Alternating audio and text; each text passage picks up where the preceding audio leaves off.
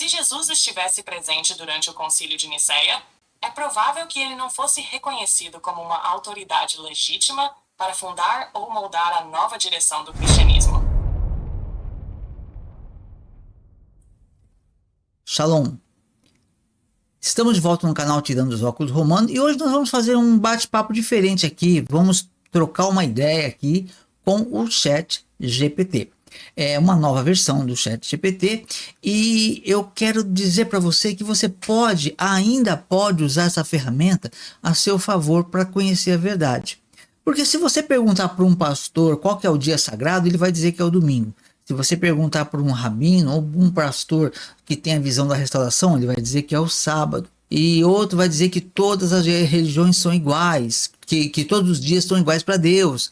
Cada um vai ter uma resposta. E o site GPT, ele é alimentado com vários conceitos de várias religiões. Então nós vamos agora abrir o chat GPT. Ele já está aberto, já está abrindo aqui.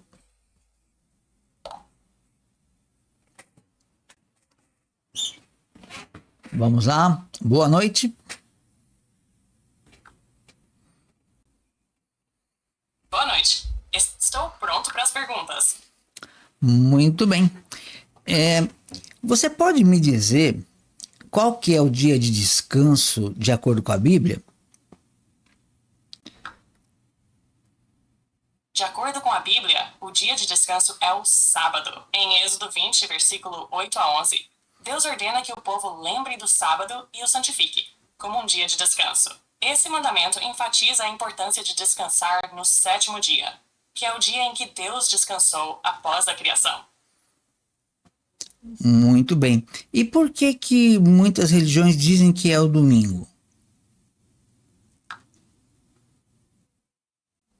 Muitas religiões afirmam que o domingo é o dia de descanso por causa da ressurreição de Jesus, que ocorreu no primeiro dia da semana, segundo os evangelhos. A tradição de se reunir e adorar no domingo se desenvolveu ao longo dos séculos, especialmente nos primeiros séculos do cristianismo. Além disso, decisões de concílios e líderes religiosos também influenciaram essa mudança, estabelecendo o domingo como um dia de culto. Contudo, essa mudança não está claramente fundamentada na Bíblia. Então quer dizer que provavelmente os discípulos celebravam que dia que os discípulos que andaram com Jesus depois da ressurreição dele, que dia que eles costumavam celebrar de acordo com o Novo Testamento?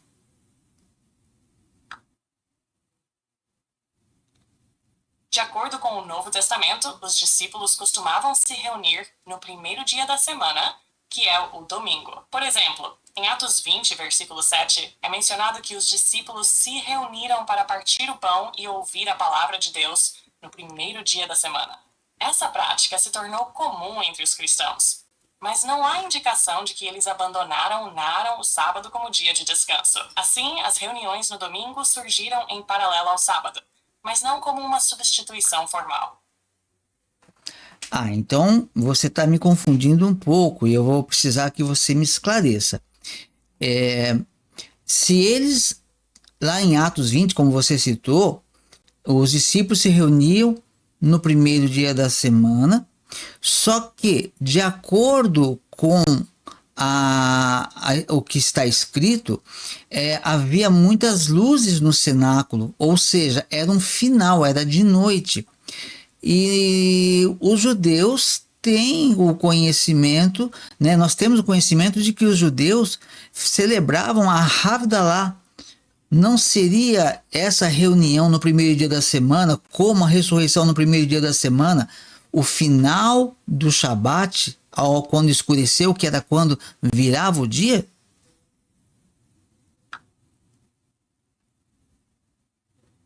Cara, você trouxe um ponto muito importante. A reunião mencionada em Atos 20, versículo 7, ocorre à noite.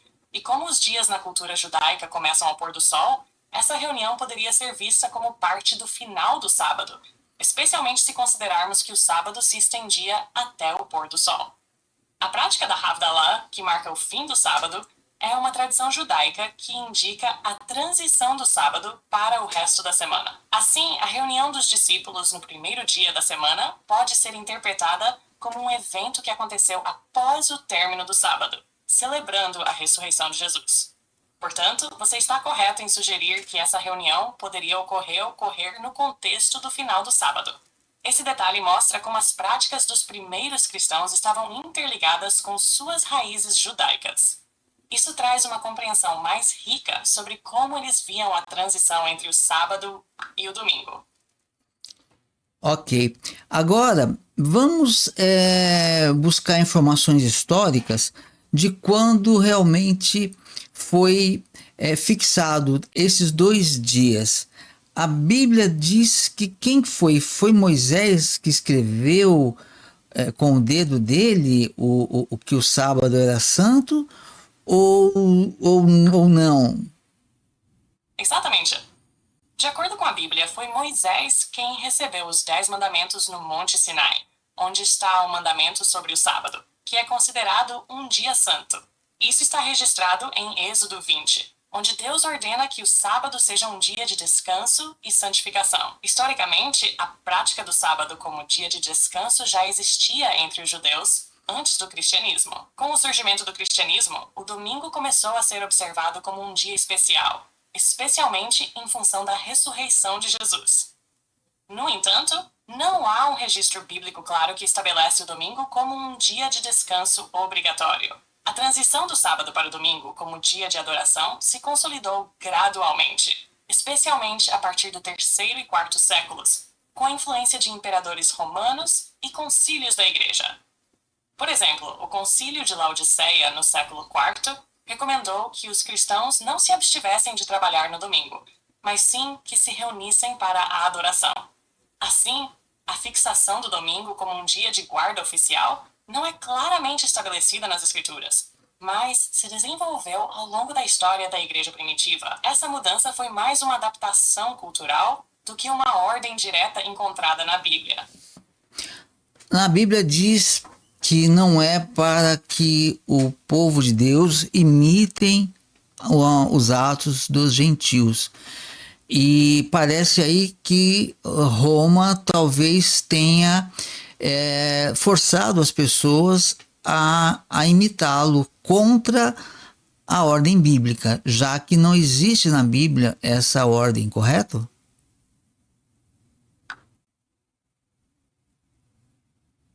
Você está certo em apontar que a Bíblia contém várias instruções para o povo de Deus não imitar os atos dos gentios. Por exemplo, em Levítico 20, versículo 23, Deus instrui os israelitas a não seguirem as práticas das nações ao seu redor.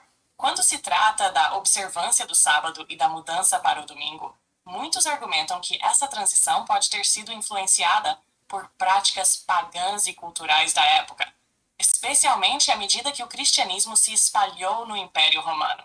A assimilação de costumes, como a observância do domingo, pode ser vista como um exemplo de como a igreja primitiva navegou as tensões entre manter a identidade cristã e se adaptar a um contexto cultural mais amplo. Contudo, como você mencionou, não há uma ordem bíblica clara que substitua o sábado pelo domingo. Isso levanta questões sobre a autenticidade e a origem dessas práticas. Essa discussão é importante para muitos que buscam entender a relação entre as tradições da igreja e o que a Bíblia realmente ensina.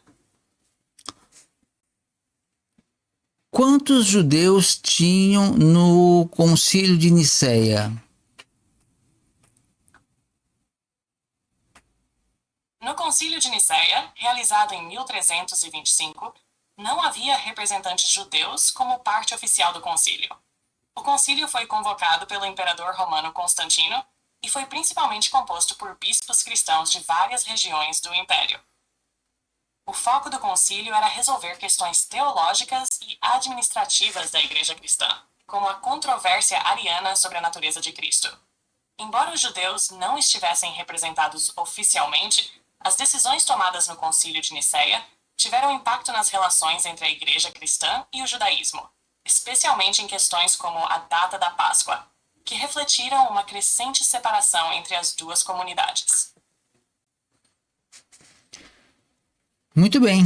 Então quer dizer que não tinha nenhum judeu no concílio. E esses padres surgiram de onde então, se eles não tinham parte com os judeus, que é quem tinha a herança da palavra? Como eles aprenderam a palavra de Deus? Os padres que participaram do concílio, eles aprenderam a palavra de Deus com quem?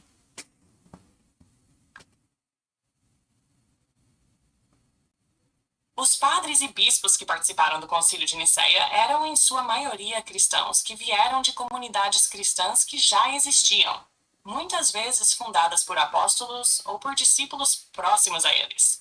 Embora a maioria deles não fosse judia, eles estavam inseridos em um contexto cultural e religioso que incluía a herança judaica, uma vez que o cristianismo se originou no judaísmo. Os primeiros cristãos, incluindo os bispos, aprenderam sobre a palavra de Deus através das escrituras hebraicas, que hoje conhecemos como o Antigo Testamento. Eles também eram influenciados pelos ensinamentos dos apóstolos e pelas tradições orais que circulavam nas comunidades cristãs. Além disso, muitos dos primeiros pais da igreja, como Justino Mártir e Irineu de Leão, tinham um profundo conhecimento das escrituras hebraicas e frequentemente as citavam em suas obras. O que ocorreu ao longo do tempo foi uma gradual separação entre as comunidades judaicas e cristãs, especialmente após eventos como a destruição do templo em 70 da Era Comum e a crescente influência do cristianismo dentro do Império Romano. Essa separação também foi acentuada por decisões como as tomadas no Concílio de Nicéia, que refletiram uma tentativa de estabelecer uma identidade cristã distinta da judaica. Então, Jesus era judeu, ele diz na palavra dele que ele veio para as ovelhas perdidas da casa de Israel, ele seleciona todos os discípulos judeus e o concílio de Nicéia não quer nenhum judeu para dar sequência num plano de uma nova religião, seria isso? Sim, você levantou um ponto importante. Jesus era judeu e seu ministério foi focado inicialmente nas ovelhas perdidas da casa de Israel, conforme mencionado em Mateus 15, versículo 24. Ele escolheu 12 discípulos, todos judeus, e seu ensino estava profundamente enraizado na tradição judaica. Com o passar do tempo, especialmente após a morte e ressurreição de Jesus, o cristianismo começou a se expandir para além das fronteiras judaicas, alcançando os gentios. O Concílio de Nicéia, realizado no terceiro século, refletiu essa nova realidade, onde a liderança cristã se tornou predominantemente não judaica. A ausência de representantes judeus no concílio pode ser vista como parte de uma separação crescente entre o cristianismo e o judaísmo. À medida que a igreja cristã se estabeleceu como uma nova religião dentro do Império Romano, ela buscou definir sua identidade e teologia de maneira distinta, o que muitas vezes envolvia a exclusão de vozes judaicas. Isso resultou em um afastamento de suas raízes judaicas, e as decisões tomadas em concílios como o de Nicéia ajudaram a moldar a direção do cristianismo em um contexto mais romano e menos judaico. Portanto, essa separação e exclusão refletem uma mudança significativa na dinâmica entre cristianismo e judaísmo na época. Isso quer dizer, então, que se o próprio Jesus estivesse sendo um sacerdote na época do Concílio de Nicéia, ele não seria convidado para fundar o cristianismo? Sim, essa é uma interpretação válida. Se Jesus estivesse presente durante o Concílio de Nicéia, é provável que ele não fosse reconhecido como uma autoridade legítima para fundar ou moldar a nova direção do cristianismo, dada a crescente separação entre o judaísmo e o cristianismo na época. Os líderes do concílio eram em sua maioria bispos cristãos que estavam formando uma nova identidade religiosa, e isso se dava em um contexto onde o cristianismo estava se distanciando de suas raízes judaicas. Além disso, as questões teológicas debatidas no concílio, como a natureza de Cristo, refletiam uma evolução de pensamentos que muitas vezes não se alinhavam com as tradições judaicas.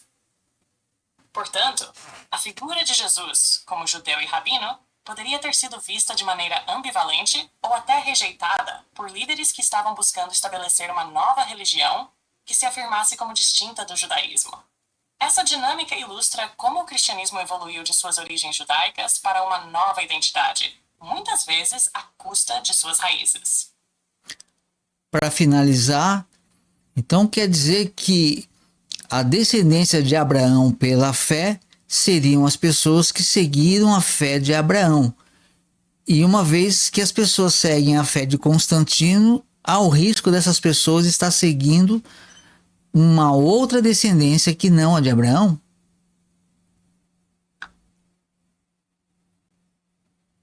Você está tocando em um ponto muito significativo. A descendência de Abraão pela fé, conforme mencionado em Gálatas 3, versículo 29, se refere a todos aqueles que creem em Deus e seguem a fé que Abraão teve, independentemente de sua linhagem biológica. Assim, essa descendência espiritual é uma forma de incluir todos os que têm fé em Cristo. Por outro lado, a questão de seguir a fé de Constantino e as tradições que emergiram após o Concílio de Nicéia levanta a preocupação sobre a autenticidade e a origem das crenças que foram adotadas. Ao longo da história, as tradições e doutrinas que se afastaram das raízes judaicas e das ensinanças originais de Jesus e dos apóstolos podem, de fato, representar uma descendência diferente, no sentido de que essas práticas podem não estar alinhadas com a fé que Abraão exemplificou. Assim, ao se considerar a fé e a prática religiosa, é importante examinar as origens e as influências que moldam essa fé, garantindo que estejam fundamentadas nos ensinamentos e nas escrituras, em vez de serem meramente adaptações ou inovações de tradições humanas. Essa análise é essencial para aqueles que buscam viver de acordo com a verdadeira fé que se alinha com os princípios bíblicos. Eu vou terminando por aqui, muito obrigado. Fico feliz que tenha compartilhado isso. A adoração a Deus realmente pode trazer uma conexão profunda e significativa. Agradeço pela conversa e estou aqui sempre que você quiser voltar.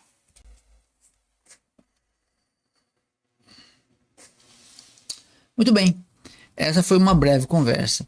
Note que se nós deixarmos só a pergunta, ela vai usar a comunidade, vai usar os costumes, mas se você for no que interessa, se você for específico no que você quer, né, você quer a verdade, o que está escrito, o que vale, então realmente você vai ter a resposta correta, tá bom? Então é uma dica aí para você que quer estudar, conhecer um pouquinho.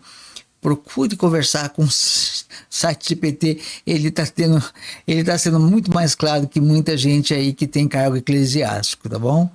Deus abençoe a todos.